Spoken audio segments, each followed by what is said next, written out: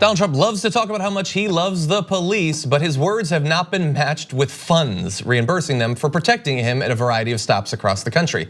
And joining us now to break down the situation is Dave Leventhal, senior political reporter at the Center for Public Integrity. Dave, welcome back to the Damage Report. Hey John, great to be with you. Good to have you here. So you had a story just last week about Donald Trump, but not just Donald Trump, not reimbursing the police in different cities. Can you tell us how much are we talking about, where are we talking about, and all of that? So the bottom line is that Donald Trump has had more than 60 of these rallies, Make America Great Again rallies, ever since he announced for president, which wasn't yesterday in Orlando, but actually the day of his inauguration when he filed paperwork with the Federal Election Commission. It allowed him to raise money toward his reelection. So he's been traveling around the country, city to city, trying to raise money, get people excited, doing the rallies that he does. And in the midst of doing so, he has effectively left 10 cities with the bag open, and he'll come to town. And of course, these rallies oftentimes will attract 5, 10, 15,000 people. And if the cities that he's going to don't actually own the facility that Donald Trump is rallying at, they don't have a whole lot of leverage in billing him for all the extreme costs, sometimes 5, 6 figures, for the police protection, the public safety protection at the event that he's staging. So a lot of candidates over the years have paid bills that they receive from cities after the fact. Donald Trump has taken the approach, John, where he does not pay those bills when he receives them. It's about $841,000 when you add it all up among those 10 cities, which include Erie, Pennsylvania, Green Bay, Wisconsin, Mesa, Arizona, and plenty of others. So that sounds like a lot of money. I mean, it's not really a lot of money if you are the billionaire you say you are, but he's acting as if it's a lot of money. And so I'm curious about a couple things. So do we have instances where he has reimbursed cities for police protection? We don't have any evidence that he's received a bill and actually paid that bill. What we do have evidence of is he's gone to cities such as Phoenix and Nashville, where again, the cities own the convention center or the park or the other type of facility that Donald Trump is having the rally at. In those cases, many of them have made him sign a contract in front of the event and saying, hey, look, if you want to use our facility, that's great. You're welcome to come to our town. That'll be wonderful. But by the way, here's $50,000 worth of charges for rent and security and electricity and other costs that you're going to have to pay in order to have the event in our place.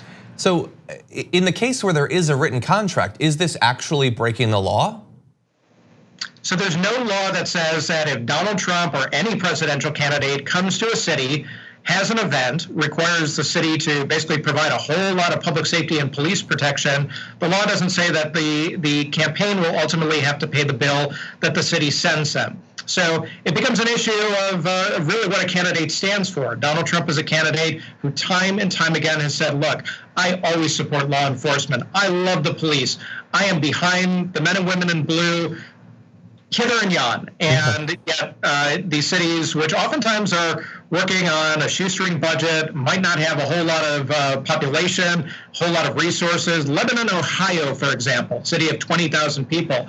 Donald Trump, he racked up a police bill that would have run the entire police force in Lebanon, Ohio for two whole days. So that's real money for a small, medium-sized town that's hosting a Make America Great Again rally, but also too left holding the bag after the fact when the Trump campaign isn't paying the bills that those cities send them. So what about other candidates? You talk a little bit in your article about others who have accrued bills and others talking about whether they would in the future pay.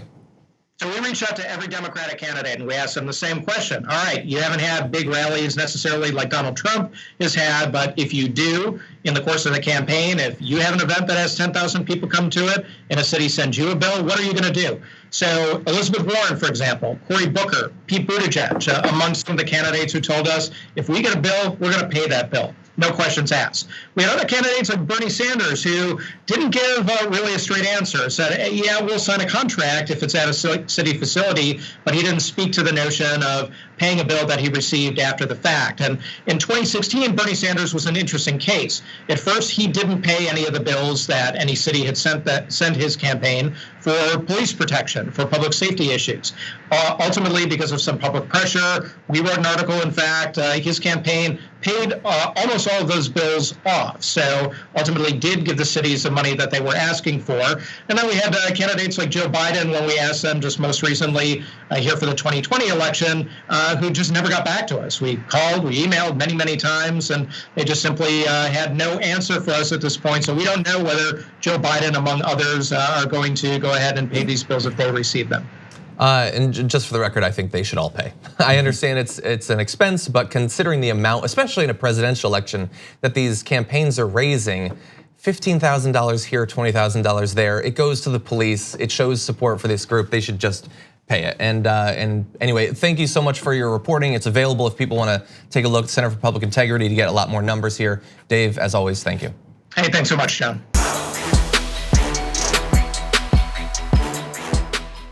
Thank you for watching this clip from the Damage Report. For more content from the show and access to TYT Network members-only exclusives, go to tyt.com/Brooke. Wait, no, it's tyt.com/John. Go to tyt.com/John to sign up.